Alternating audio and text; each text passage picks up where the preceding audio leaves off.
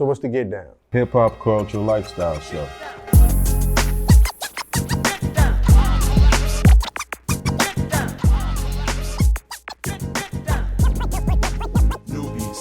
What's the Get Down? It's your boy Ooh and Smooth Mellow D. We're here, and I don't know, man. Y'all just don't understand. We're here with the incomparable, the most hardest working woman in the business.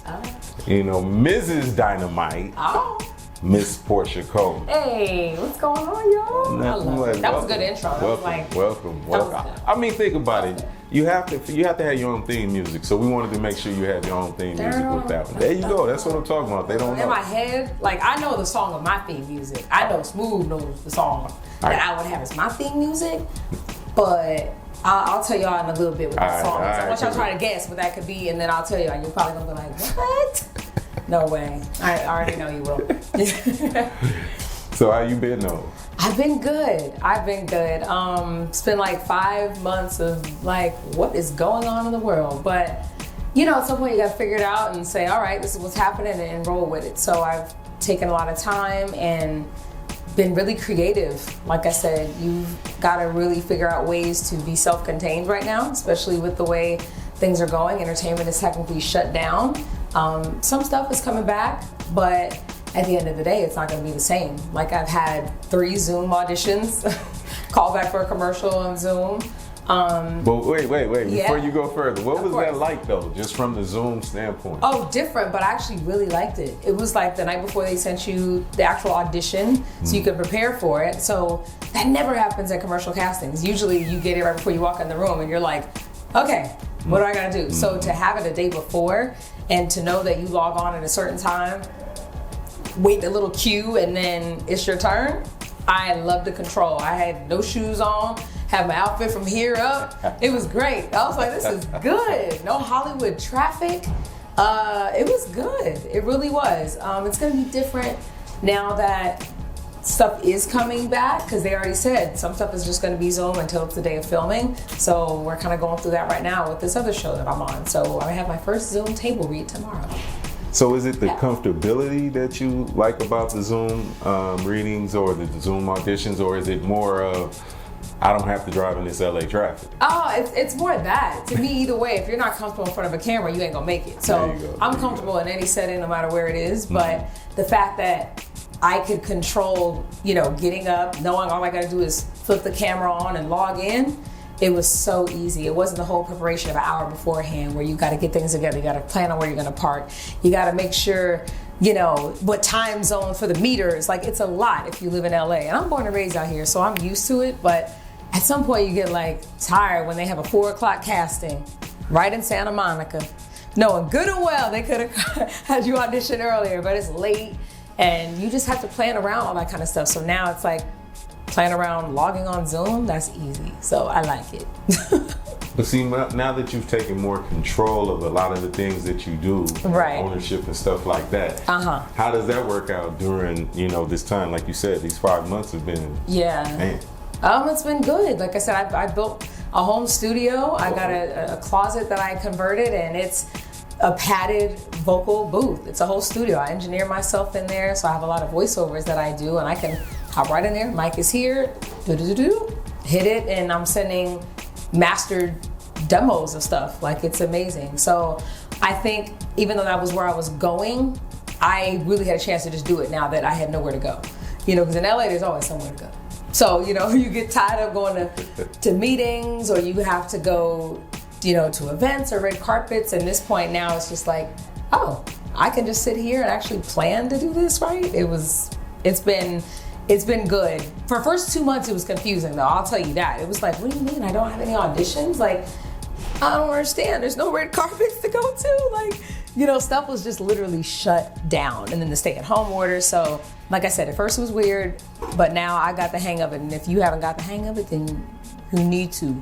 Because it might be a while before we're really up and running like we're used to. I think it's going to be, you know, middle 2021, to be honest. I mean, big concerts, different stuff like that. It's going to be a while.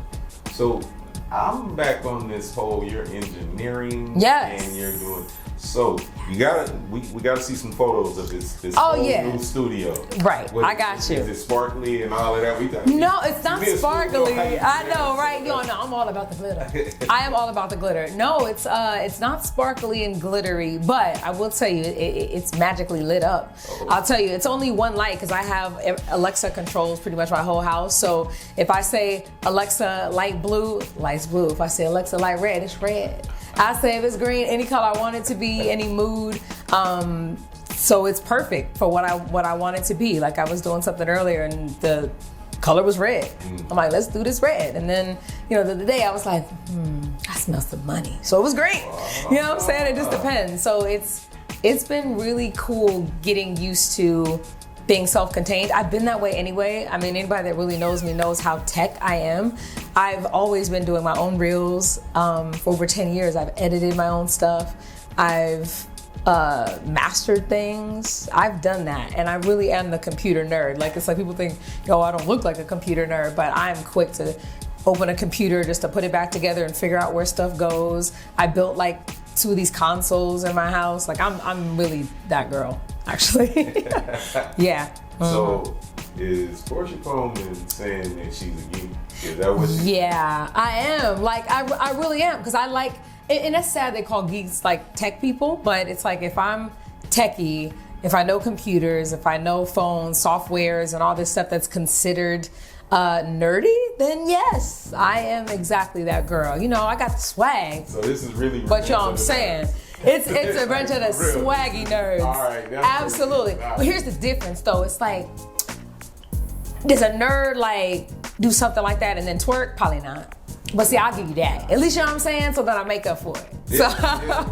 Okay, it balances out. It's a balance. There's always a balance in life. Yes. Boy, that is interesting, right? Got to. So I know there has to be some photos. How you started. From the beginning to the end. We're gonna have to let somebody see what this. We have to. Non-sparkly, just lit up. I'm not. It's all good. I got you. I'll take a picture and send it to you. The beginning, like you said, to me, it's like I've been doing this so long. I was 7 years old when I did my first acting job.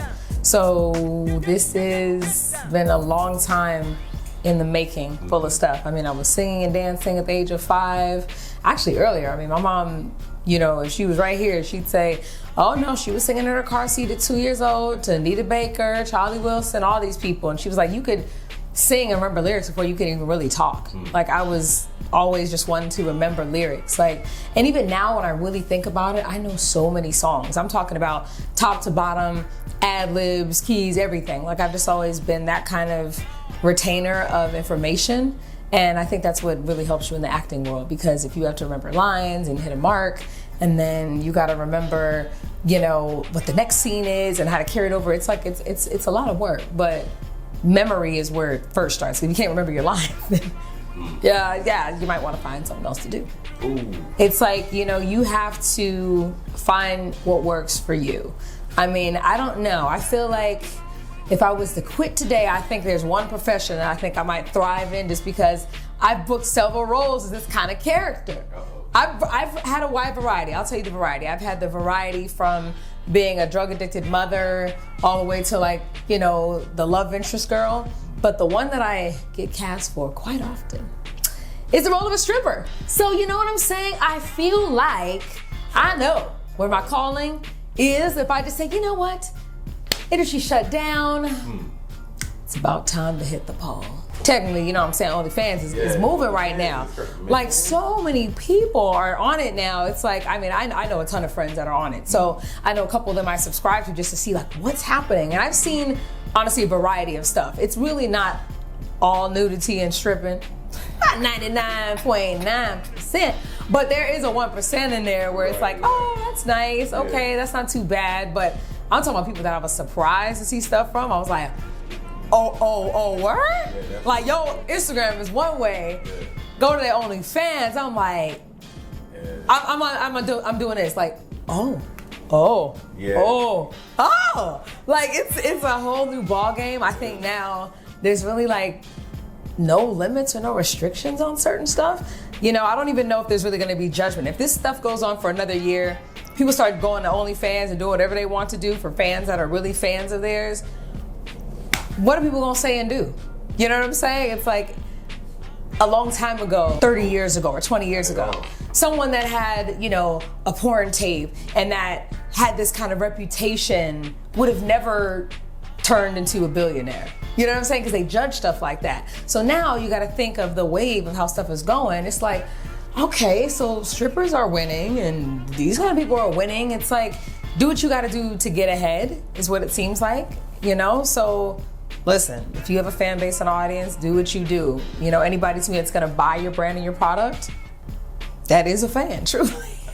So just know that it might get downloaded or shared or talked about, but nowadays in our world, people don't really care about that. So even if you look at male rappers, let's look at how they used to look back in the day compared to how they look now. Right. You know, Nas, LL, Talib, like those guys look one way, and now we've got the Lil Yachty's and we got the Uzis and we got other cats that are being expressive in their own right and doing what they want to do. So it's kind of like I don't really feel like there's any restrictions anymore. So going back to, let's say, the women being just the stay-at-home wives and not having careers, or the men just being the breadwinners and they're, you know, bossing people around and everything is run by men. It's like stuff is really changing. So I kind of like that it's more balanced at this point, because to me, talent should be your talent, and your gender and your status, your sexuality, whatever you want it to be, it shouldn't hinder your talent and who you are as a person, because that's what it's about. Well, how has it affected you personally, you know, going through all this? Of course. You know, the interesting thing about it right now is so many people are really realizing, I think, the greatness of Black people. I'm not even gonna say Black women or Black men, just people of color. They're starting to really notice and take our opinions and our words and our issues to heart. Because I mean, when you turned on the news and saw all the protests, when you saw everything, there was a lot of white people. There was a ton of other races that were out there fighting for us. Every day I still drive by this place not too far from my house. Every single day there are 3 to 5 people there that are not Black with Black Lives Matter signs talking about, let's not forget, hashtag Breonna Taylor, hashtag, you know, like, hello, you know, it's like, wow, stuff is changing in a way that is really good. And even now, so much Black content, shows are looking for our opinions, they're looking for our writing, they're looking for our look. It's so funny that, of course, Black is a look per se, but that's really kind of what's happening right now. It's like if there's no Black person on a show, it's like, what's going on? That's a problem. People are upset by it. Versus before, how, oh, there was only one. Like I remember going to auditions, gosh, since I was young, where it's like, all right, so we got the cast and oh, here you go. It's you. You're the only one there. So I think now it's beautiful to see shows where there are 2 or 3 Black women or Spanish women or Filipinos. It's like now it's really coming across that when you go outside, you see all kinds of races and not just the one token. And that's how they portray this. So now it's really good that we are popping, I guess. They like to say popping, so we popping. I definitely think it's sustainable. When you look at the market and look at the buying power of Black people, oh, we have more power than we even believe. You know, the days when we said blackout, you know, don't buy anything that's not from a Black-owned company. When we say, oh, we're not going to support this, when we come together, we are so powerful. And I believe that we needed this kind of, I'm not gonna say jumpstart, because at the end of the day, what happened to George Floyd was absolutely sickening. And just like anybody watching the TV, you're just sitting there dumbfounded as to how humans can do this to another human. And they released other footage about how it started all the way to the end. And not only was he apologetic, not only was he innocent of what was going on, it was just like everybody felt the pain and the hurt of someone dying there on the street like that. So, you know, I think at this point, it's really a matter of sticking together. Because we have a tendency to not do that in our own community, whether we like it or not. You look in Chicago and people are killing each other left and right. Police are already doing that, so why are we doing that? Like, come on, you know? So when you really see it for what it is, our power is unbelievable. Right. I mean, Yeah. I agree with you on that. If you want something to change, You got to be the change. Got to be the change. So let me ask you this right here, Yeah. because you touched on the Breonna Taylor thing, and as a Yes. black woman, I wanted to really just see how you felt about that as a black woman, because every day, like I see you talking Right. about it. I see you talking about it. I see you talking about it. So how does that make you feel just as a black woman? Oh my gosh. Just the fact that someone can be sleeping in their own home and get killed just for minding their business is where the problem came in to me. They were never arrested. Nothing ever happened. They had no right to enter the home like they did. And I feel, sorry in a sense, of course, for her boyfriend, because he was doing what a man should have done, or what a human has a right to do. All of a sudden, you hear your door getting knocked on, somebody's pounding, and you don't know what's happening. You're gonna wake up and try to defend yourself and your home. And he had every right to do that. And when they fired, the police fired. But without any sort of notification as to who they were and what they were there for. And it's unacceptable. So I feel like we have to keep her name out there and keep her voice alive, because it's not here. And why we're still saying arrest the cops that killed Breonna Taylor is insane. But we're coming along, and hopefully slowly but surely the change is gonna happen to where we're not sitting here talking about this again like, oh, we're still fighting. We're still fighting, as long as we're here, as long as I'm here, I'm gonna do my job and use my voice as a platform. And that brings change. It does bring change for generations to come. And that's what we're setting the groundwork for. Does it sit in your head that because of everything, how they're treating the whole Breonna Taylor murder? And let's make sure we say murder. Of course, how they're treating her. Do you think that even after they arrest the officer, there's going to be a good outcome, or are you already reserved to the point that? To be honest, there's always a. We thought Trayvon was a sure thing.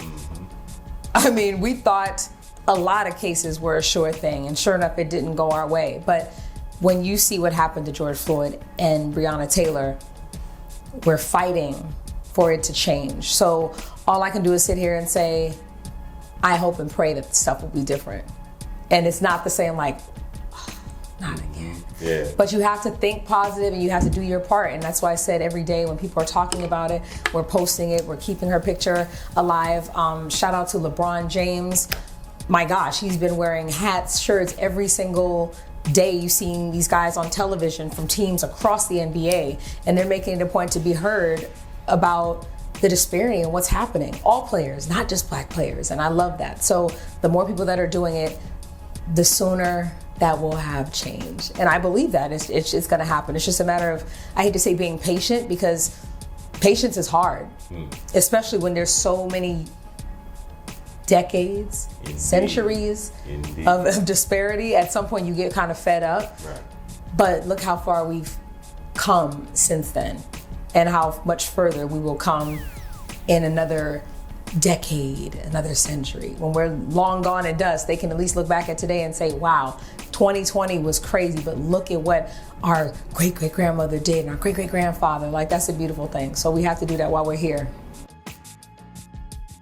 Good. Needed y'all to know it's real. We got to talk about the real. She's a nerd, and she got a brain, and she's right. an activist. Now we talk algorithms. No playing. See, that's a whole other show. Right, exactly. Then we talk about astrology. That's a whole other show. I have a lot of passions that I talk about. Yes. But that's dope, though, that you're not one thing. So that leads me into this question. Okay. Have you ever thought about DJing? I know a bunch of DJs. I love my DJs. To me, being someone who goes to events, like, I don't drink or smoke. So for me, I go to the event for the DJ and the music. And of course, whoever I know is gonna be there, whoever I talk to that's gonna be at the spot. So to me, a DJ makes or breaks a party. I don't care. If the DJ's bad, I'm like, this little boy, oh no, his mixes ain't great. It's about your mixes. And it's like, I have friends, shout out to Smooth D, shout out my boy Ron C, DJ Artistic, some cats really know how to keep the groove and the vibe of a spot. Because to me, you have to read your audience. So I think I'd be a great DJ. You know, I told my brother one time, yo, we need to learn how to DJ. What brother and sister DJ combos do you know? And he's like, man, no, we be killing it. And I'm like, yes. So he lives in Phoenix right now. I'm in LA.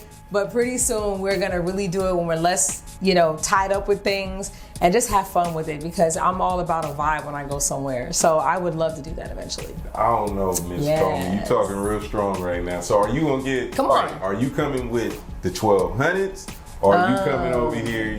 With. Come on, Smooth. You know what I'm saying? You talking about the module or something. You know what I'm saying? You pick up under your arm and you just walk out. Yeah, the console. A console. I want to learn the way that the real DJs learned how to a long time ago. I mean, I learned how to drive a stick shift in a Nissan, a 98 Nissan. You know what I'm saying? We had an old car. A lot of my friends don't even know how to drive a stick shift. So for me, you got to start with the basics, but the real basics. I don't want to learn how to DJ with the little, I've tried it, but no, I want to really learn how to take the turntable and scratch and okay, switch. That's real DJing, when guys used to do that and keep a house party popping. So is that what you would do though? With the scratching? You do tricks? Or, it's all about a scratch. I'm mad at, whistle while you twerk. You know what I'm saying? Absolutely. I've got to scratch it. You know what I'm saying? Got to keep it unpredictable and kind of reverse it. Yeah, I would love to do that. It'd be so fun. For real. What made you go ahead and decide? I'm not even gonna touch that because we're gonna battle. I ain't ready for a battle. You ain't trying to battle me. I don't know yet. And we gonna do that. I don't DJ either, so I'm just saying we gonna set it. Let's learn. I think our boy Smooth is the best person to teach us. There you go. You know what I'm saying? That could be like a live TV show or a live Facebook Live show, why you gotta do all that? Dudes is gonna tune in just because it's gonna be lopsided. I'm learning. People can request the songs that they want to hear. All right, then if that's the case, you have to wear a trash bag. You can do your makeup. All right, hair gotta be in a ponytail. Okay. And you gotta wear it. You could, put your glitter stuff on it. Okay, I have an idea. All right. Trash bag crop top? No, see that's cheating. That's cheating. That's cheating. It's not fair. No, but that's cheating. Okay, fine. Trash bag with a belt to snatch the waist in. What is going on? No, that's too much. What is okay, listen. If I'm gonna do the trash bag, I gotta make it either it's gonna be a Missy. Your shoes. It's gonna be a Missy big trash bag with the air. No. I'm just saying. All right. If you were going to work out. Okay, if I go work out in a sports bra and pants. No. You're not letting me live my best life. You're not letting me live my best life. I'm saying, look, dudes that go to Porscha DJ, they go tune in just but then you gotta do this when you lean it over. You gotta be like scratchy. It's like I ain't cheating. I'm just. It's a lot of cheating. Don't hate the play, hate the game. We used to say it's a lot of biters out here. Now it's a lot of cheating going on. Nah, I want to learn how to really do it. You know what I'm saying? So I'll cover up to really do it, and then when it's time, then come listen. I'll take it off. That's the OnlyFans account right there. Watch me do DJ live with a sports bra. But look, you know what I'm saying? But if you go ahead and incorporate the stripping with the DJ. Facts.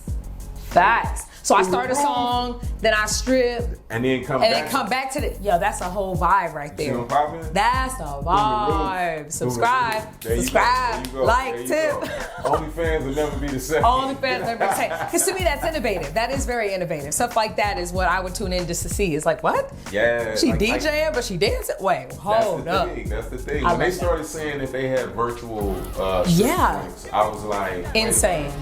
Why not? But how do you even go ahead and feel good about that? That's just a video. No, it's okay. Come on, let's talk real. What is porn?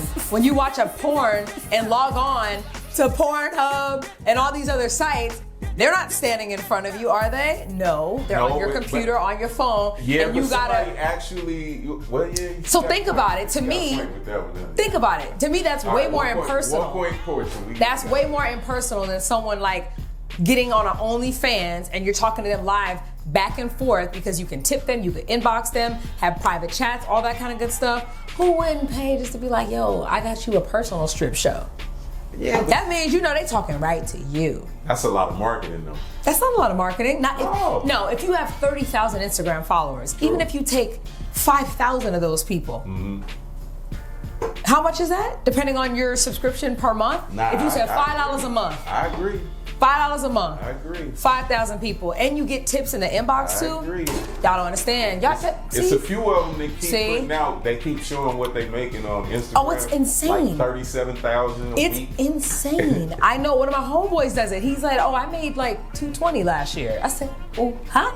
Just 220. Him and like girls that he knows that they're cool with, they'll do it on there. He was on there. Me and Smooth was gonna figure. No, they they getting it popping. You get one, I'll get one. But I'm just saying, to each its own. That's too much. To each its own. But hey, do whatever your niche is, then rock with it. So how do you feel like when because I remember the era where strippers were strippers. And you did it for school or whatever you came up. Right, with. you have to have a reason. Yeah, but now they whip that card out or that OnlyFans account out like they doctors or something. Listen. So how do you like when you go for an audition? Yeah. You might see one in there.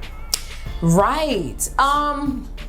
Yeah, well, yes and no. I still think at the end of the day, talent wins because just because you can strip doesn't mean that you can act. Right. I've booked roles as a stripper. Like I've never been nude. It's been like bikini and little stuff like that. But I booked it because it was like, wait a minute, she can actually dance and she can hit the lines. That's what they look for.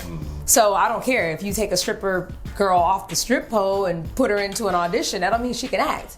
So you have to be a stripper, but still you have to act like you're in the moment of doing what you're doing while delivering lines. Like Silicon Valley was a role that I had, and when I talk about, like I say, the nerdy boys always recognize me from that. They're like, oh my god, that's who go from Silicon Valley. Like it's a huge fan base. And I remember auditioning, and it said, stripper attire. It said, come in stripper attire. So of course there's many women that might interpret things differently for whatever stripper attire is. I'm a dancer. I've done music videos, so it's like I have stuff from, jean shorts to crop tops to bikini tops to sparkly, glittery high heels, you name it. So I went in there and wore this really hot blue number that I loved, and I had a call back, so I wore the same thing.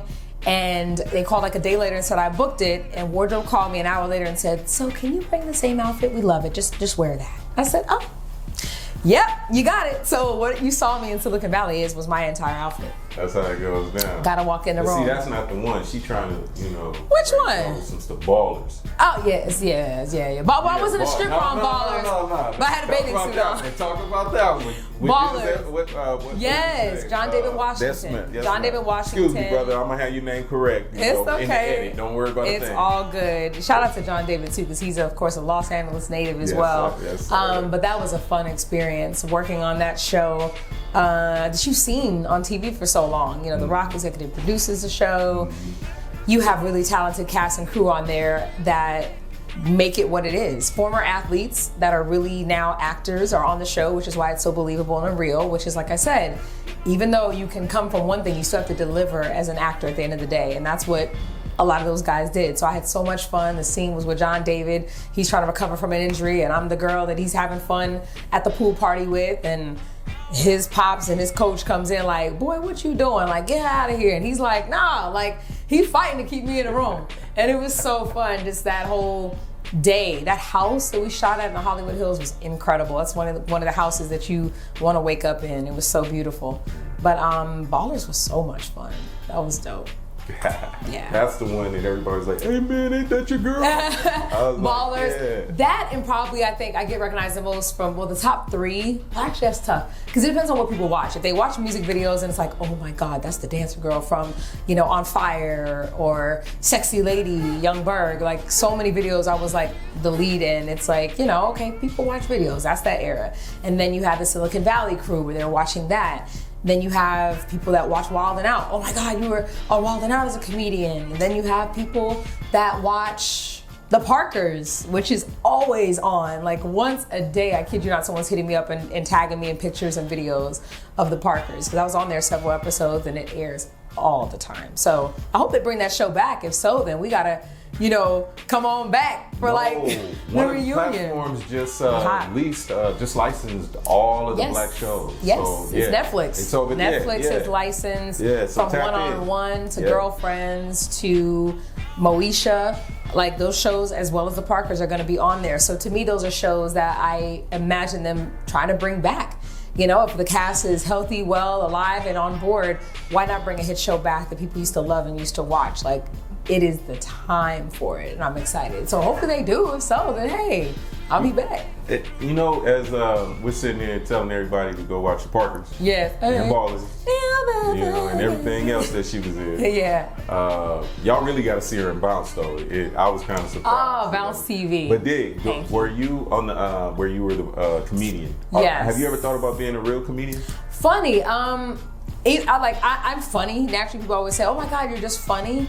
I was on Wild and Out. I remember having an audition for that show, and it was the funniest audition process that turned right into the job. I just had to do 2 characters, 2 celebrities, 2 created characters, and I did that, and I didn't even have a callback for it, which is weird. I went to the MTV building in the morning, saw the cast editor, he put me on tape, he said, "Thank you, that was amazing." Like a week later, I got a call like, "Hey, you know, come back to the MTV studios.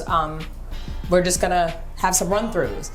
And it wasn't a run-through, it was the taping. It was like, oh, I got the job? Like, I didn't even know I got it, but then I was there. So, you know, I definitely would maybe one day. I'm not opposed to it. I love the art form of comedy. I think it's so necessary in today's climate, and always. People are always gonna wanna laugh. So I had a great time playing that character on the show. It's called In the Cut on Bounce TV, where I was a female comedian that was given the opportunity to, you know, have a set of this comedy show. And rather than me having my own jokes, I literally was making friends with everyone that was at the comedy location, and I used their lives as jokes. So it didn't go well with all of them on the set.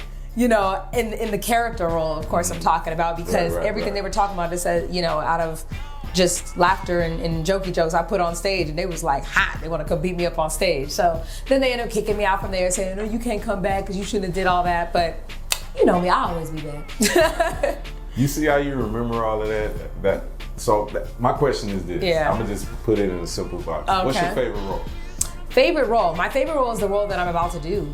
Nice. Honestly, the favorite past role that I would have done, probably the Parkers. That was so much fun to work with Monique and Countess Vaughn on a show that was so iconic, to come in season 5 like I did. That's probably going to be really memorable for me, just because it airs so much and the history behind it. But my role now on a Netflix TV show that I'll wait to say the title for, because it's a working title, but it's alongside Jamie Foxx, myself, and I ain't gonna say the other people yet, because I gotta drop y'all the tea when it's time. But we'll be back on Monday, and we're about to start shooting again, because we were literally filming pre-COVID and then got shut down. So we're gonna be back, and this show is so funny. It is on Netflix, and it is coming. I want y'all to see. I wasn't gonna bring that up. You can bring it up. It's going. It's just better when. Hey, look here. That's FBI confidential. So we're trying to make sure. Yeah. So, but we're gonna have you come back though. There we go. So that you can go ahead and fill everybody in. That sounds good. But what I really do want to know. We pausing? Yeah. Your very, very, very first role. My very first role as an actress in the background was Friday. I was in the movie Friday at the ice cream truck. I was getting hit upside the head by not Big Worm, by Smokey. Oh. By Chris Tucker pushing all the kids out to talk to Big Worm at the ice cream truck. I was one of those kids. And my first music video was actually Kirk Franklin, Lean on Me. That's actually my very first video. People think it's when I started dancing, but my first acting role, I was 13 years old. And it was a song called Lean on Me, if you Google, by Kirk Franklin. Wow. Yes, there's a lot of footage on me out there if you just know the stuff. Well, that was sitting there tripping though that you were in Fridays. Like, yeah. Do you ever look back like and bug out on that? Oh, it's hilarious, because I mean at the time me and Megan had the same agency, but I was an extra, so I was just happy to be there as a little kid, you know, out from school on our first acting job, you know, John Witherspoon, and you know, I was already doing a lot of extra work. So from the Wayans brothers, did I do that? No, actually, no, I'm sorry. I did that after I did Friday, because Friday literally was my first experience on any sort of set. And I was like, oh, I love this. This is fun. I'm in the background, but one day I'll be up front. And sure enough, fast forward, not even a couple years later, I was like in SAG, and I had lines, and I was like, oh, I get a trailer, and oh, I get this. It's next level once you're doing it, and I love it. So it doesn't feel like work to me. What's the biggest actor, male or female, you work with? Ooh, female-wise, I would absolutely love to work with Angela Bassett. I feel like she's so talented, so incredible at her craft. I mean, to do What's Love Got to Do with It, and then to turn around and be on a show like 911 on Fox it just shows her level and her variety. And I love her career, what she's done to really catapult it to that next level. Choosing smart roles, but really delving into them in a way that you can only look at and say, wow, that's really amazing. Male actor, I would love to work with, there's so many. Of course I love the classics. I mean, who wouldn't love to work with Denzel? If I could be in Equalizer 4, I would love to. You know what I'm saying? I would love to get, kidnapped by Liam Neeson and Taken 16. You know what I'm saying? I want to do those kind of roles where it's like, you don't expect to see me in. I would love to do Mortal Kombat. I'd love to play a female character. For Halloween, I was Katana. I would love to play an action hero. You know you gotta fight, right? I know you a tomboy. I'm just saying. I would love that. Oh my God. Wear cornrows and... You can't handle glitter. You can't handle nails. I don't need that. I don't walk around like this at the house. I want no pictures. You can scroll and see pictures. Like, I don't wear makeup all the time when I'm off set. Ask anybody around me. I don't do all that. Said a whole role where you fighting. What? And are you kidding me? I would love to do I say Mortal Kombat because that's one of my favorite childhood movies growing up. Oh my God, Mortal Kombat.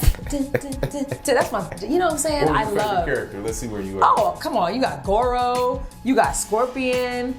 Come on, man. Sub-Zero. I know. You got Jade, Johnny Cage. Come on, man. Get over. You got to get over here. And then my other favorite was Power Rangers. So I'm caught between this, it's morphin' time, and then get over here.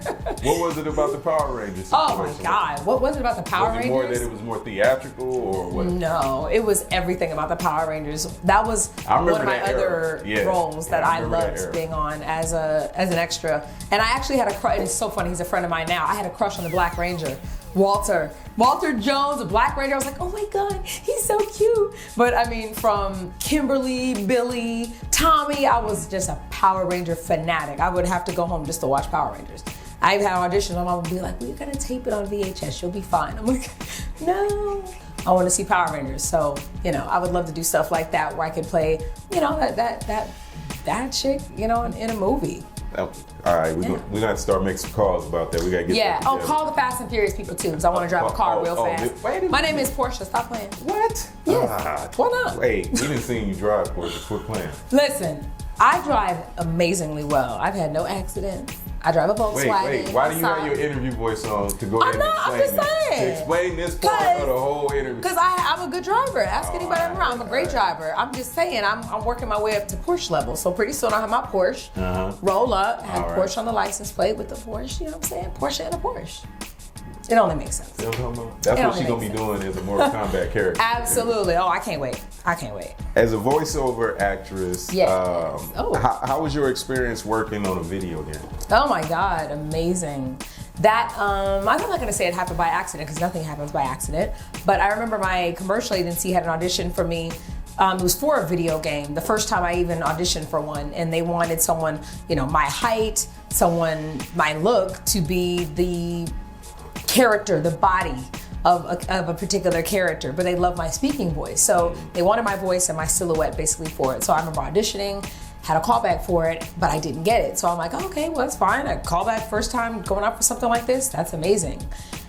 Years later, I get a call and someone saying, hi, we're looking for Porscha Coleman. I'm like, yeah, it's her, what's going on? Well, we're doing a video game, we want to use you in the game. So who's your agency? And I'm like, well, wait a minute, I have my commercial agency, but I wasn't represented for voiceover. So I said, oh yeah, I'll give them a call right now and I'll give you a call back. So I called my commercial agency who has a big voiceover department. I said, so a big company's calling me right now wanting me to work on a video game. Y'all want to represent me? And they were like, of course. So I was already represented, with them through commercials and print and all that kind of good stuff. And sure enough, it was a big video game where I'm actually the narrator. So as soon as you put in the anthem game, Porscha's voice pops up, and then you're midway through the game, and even though it doesn't look like me, it's my voice that you're talking to and trying to figure out how to get to the next level with. It's so amazing. And then another one I actually did the motion cap for. They call it mocap, to where I had everything on, just like all the NBA players, anybody that is in a video game.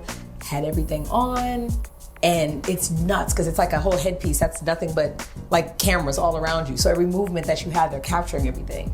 And in a big green screen room where there's cameras everywhere. And I was in like this cardboard box that was meant to be a spaceship. Like, it was next level. So I love doing voiceovers too. It's so fun, and motion cap is next level. Well, I mean, Porsha, you just dissected that real close. But Yeah, so dig, you know? this is what I want you to do. Dissect what you said about the unions, though. Why you had to go get into the other unions so that the people can understand. Right, the union. So there's a SAG-AFTRA union, which is basically like a union that represents actors. Once they have done a certain amount of jobs, they get into a union, no different than a writer's guild or any sort of guild that they have. So when you're an extra, you're, as they call it, either extra or background actors. They are, of course, adding to the scene and what's going on. And then you have the principals. So after a couple months, I had booked a couple jobs and I had to join SAG because they make you after a while. You gotta pay that couple grand just to get in, and it's worth it, because you pay your dues and then you get more money and you get lines. Who don't want that? What you said, that's how the check Who don't want that? Hello, cut the check. Yeah. You talk and you post about your family. Yes. A lot. Like, lot, like everywhere. And we didn't party with your mom and all that. Oh, you already know. We know how Mama Betty will be out. So how instrumental were they or are they in your Hollywood journey? Oh, absolutely. They're the reason. I mean, I couldn't have started it on my own, even though I had the talent for it. My mom literally was like, wait, she's good at this. Let's take this somewhere. So sure enough, she was working and she stopped her job, and then I started booking work, and it's Murder, She Wrote after that. You know what I'm saying? I hate to say Murder, She Wrote, but it's like it's next level. You know what I'm saying? Because I use the reference, of course, Angela Lansbury in the show, but it's like it was. Once we decided we were gonna do it, we did it. And my brother was supportive. Between her and my brother, they both took me to auditions. They were both with me on the sets, and we was off and running. And it was a great experience that I'll never forget, of course, because a lot of times I go to set now, and sometimes they'll still come, but they always support me. This is all I've ever done. So they are my biggest cheerleaders and my biggest fans. So I love them for that, of course. You ever thought about, or knowing you probably already have one, a production company where you're working with them? Oh yeah, absolutely. I have a company. I have my own S Corp, all that kind of good stuff where business is being handled. And it's exciting. To me, content is key right now. Like I said, you have to come up with things that work for you and your niche. So it's like, I know I have several of them, so it's like the only way to do it is to do it myself. Why not? There's so many outlets for it. You're very technical with it too, so thank you. Lenses and all those type of things, and light and everything. So is that important for someone that is coming in trying to go ahead and do? I don't want to say do what you do, but to be able to further themselves in that lane. I think it's just important to be versatile. At the end of the day, it's like if you're a writer, you should know how to write all kind of storylines, all kinds of scripts. You don't want to be one-dimensional. So as an artist, if you can produce tracks or play music and of course write lyrics, there's so many different things that comprise a great song. There's so many things that make up a great television show. So you need those different people to make it happen, but you have the people like the Tyler Perrys and a lot of the people that are innovative, that are creating their own lane, and it's worked. I mean, look at from Richard Pryor, comedian, and taking the movies and going to the next level. That set the tone for a Kevin Hart and a lot of the guys that are in the game now. So people always set, the footwork for stuff, and it's your job to kind of take it to that next level. If you envision being more than what the last person was, gotta do it.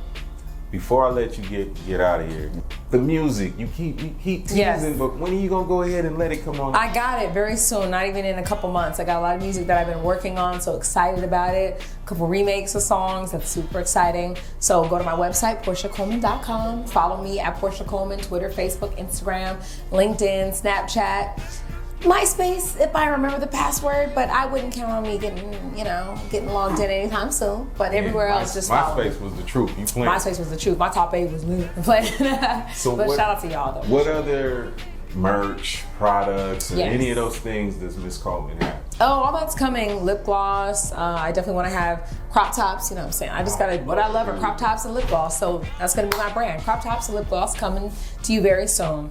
Lord have You got it. And she's serious, fellas. I'm so just serious. know what it is. You have no idea. I'm so serious. That being said, Miss Coleman, Yes. what is it that you want the audience to know about you? What I want them to know about me, I want them to know that I want it all. Oh. I'm greedy in the best way. All right. I'm greedy. I feel like you can have everything you want if you just put your mind to it and stay focused. And that's where I'm at in life. I love what I do, so it never feels like work. And at the end of the day, it's like, watch out. You know, you're only your worst enemy, and you're only the one in your own way. So if you get out your own way, then there's a lot that can happen. So stay tuned. I love y'all for watching. It's your girl Porscha Coleman, and What's the there's get a lot more to down? come. What's the get down, baby? I'm on that brainwash, full rollout, anonymous. Underplay the overplay, strategic, I promise. More dope brings more Negroes. Watch them heroes, pro lethal. Dream killers feast on people. Nubians in need, mine on the hunt. Paul Bear, sharp fluid gates and piston bumps. No excuses, that's a sin. Back to the begin. Muscle memory, pseudo respect and revenge. Plays blindfolded, a bucket list with interest. Forgiveness, the shadows and mirrors who handle business. Legacy, all grind, no guest list. Land in jurisdiction, make your bread prejudice. For the purists and the tourists, Q sticky for ghetto jurors. Swing high, swing low, you forgot that we do this. Bank selection, smooth DR vibe. Underground icon.